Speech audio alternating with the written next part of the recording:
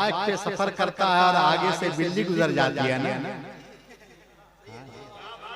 आगे से बिल्ली गुजर जाती है तो उसे वहम हो जाता है, धोखा हो जाता है, कोई आफत तो नहीं आ जाएगी, कोई बला तो नहीं नाजिल हो जाएगी।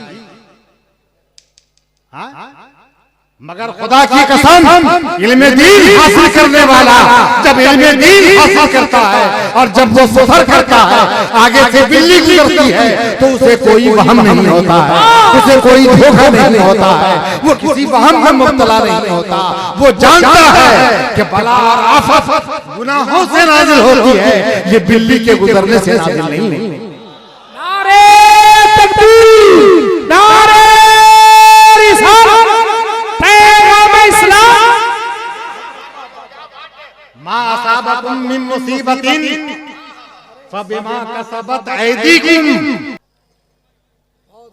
मुसलमानों, ये तुम्हारा अकीदा खराब हो रहा है, तुम्हारे दर्जात के ऊपर ज़रब लग रही है। इस्लाम में कहीं ऐसी तालीम नहीं है कि बिल्ली के गुजरने से आफत और बला नाजिल हो जाए। बिल्ली रास्ता काट, ये जुमला होता है, बिल्ली रास्ता काट, रास्ता काट, हाँ ना। पहले नंबर पे आलिम, दूसरे नंबर पर मुताल्लिम, तीसरे नंबर पर वन्नासिह लिल मुस्लिमीन, जो मुसलमानों के लिए नसीहत करने वाला इंसान हो, मुसलमानों को नसीहत करता हो, मुसलमानों को अच्छे बुरे की तमीज देता हो, ऐसे नसीहत करने वाली की दुआ अल्लाह कबूल किया जाता है। चौथे नंबर पर वल मरीज, वल मरीज, तुम्हारी दुआ अगर कबूल ना हो तो मरीजों के पास चले जाना, मरीज से दुआ करवा लेना, तुम्हारी दुआ भी कबूल हो जाएगी, साथ साथ मरीज की तीमारदारी हो जाएगी।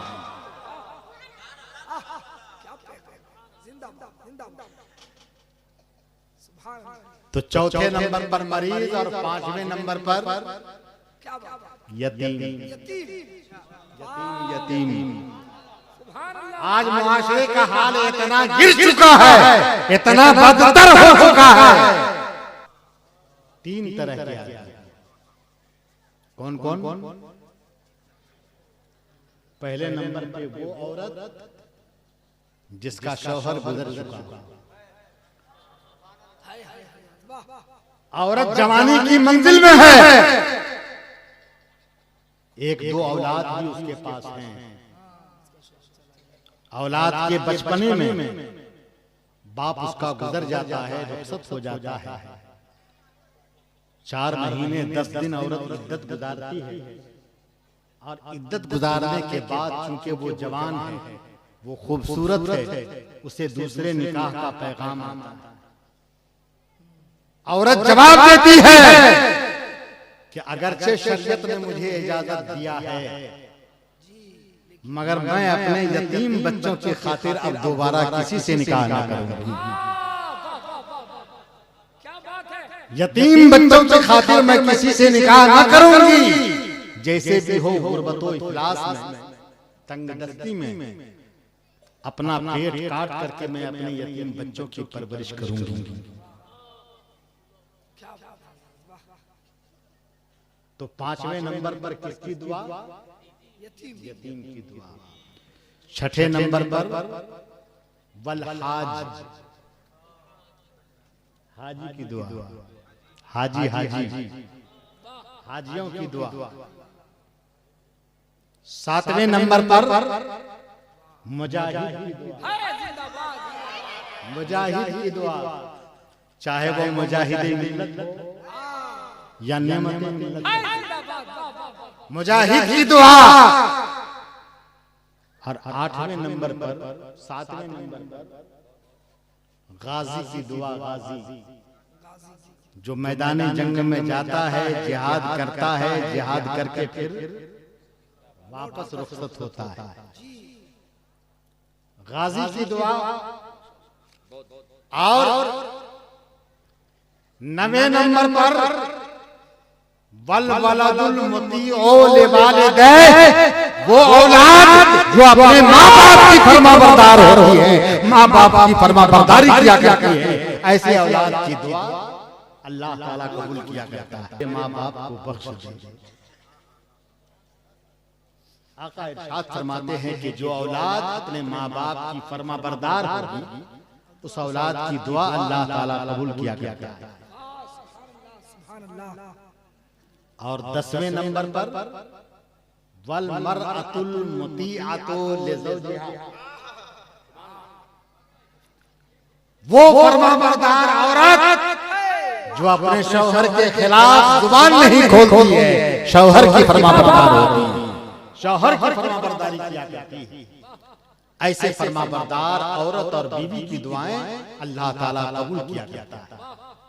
मेरे प्यारे मुसलमान भाइयों, दुआएं कबूल करने की ये चंद सूरतें हैं, कबूल करवाने की चंद सूरतें हैं कि इन लोगों के पास जाकर के अपनी दुआ करवाओ, तुम्हारी दुआएं कबूल होंगी, है ना? किनके पास? उलमा के पास जाना। और यहाँ हमारे कौम का हाल ये है,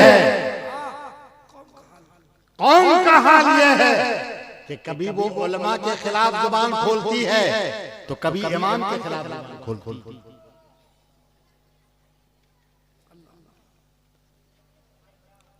याद रखना मुसलमानों ने बीबी दर्रा, मेरे आका ने इरशाद फरमाया है कि ला यस्तखिफु बिहिम इल्ला मुनाफिकुन बैय्य। ये उलमा वो है कि आका ने इरशाद फरमाया यशफउ यौमुल क़ियामा अल अंबिया सुम्मल उलमा सुम्मा शुहदा। ये उलमा की जमात कल क़यामत में नबियों के बाद अल्लाह की बारगाह में शफाअत करेगी। पहले नबी शफाअत करेंगे, नबी के बाद ये उलमा शफाअत करेंगे, और उलमा के बाद फिर शहीदों का नंबर आएगा।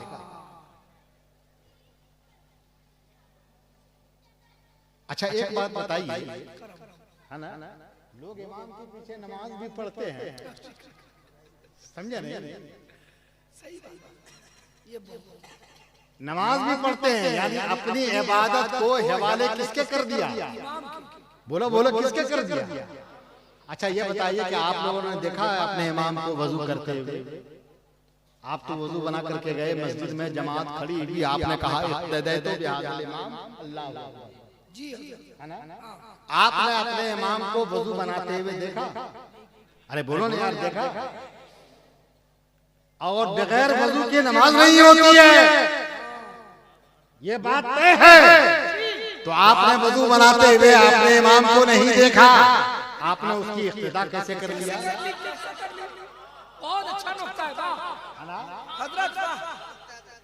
ज़ोहर की नमाज में क़िराअत बिस्सिर होती है, आहिस्ता आवाज से कुरान पढ़ा जाता है।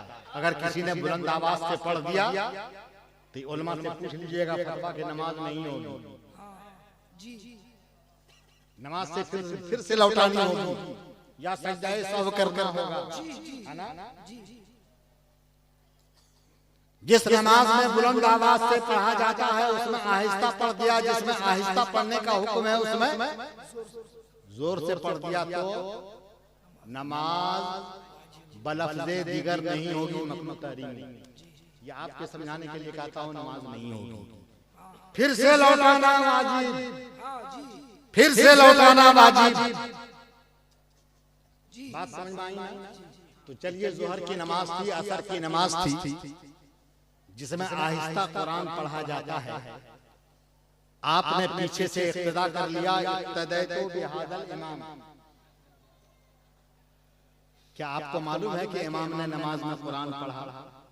क्या बात, क्या बात।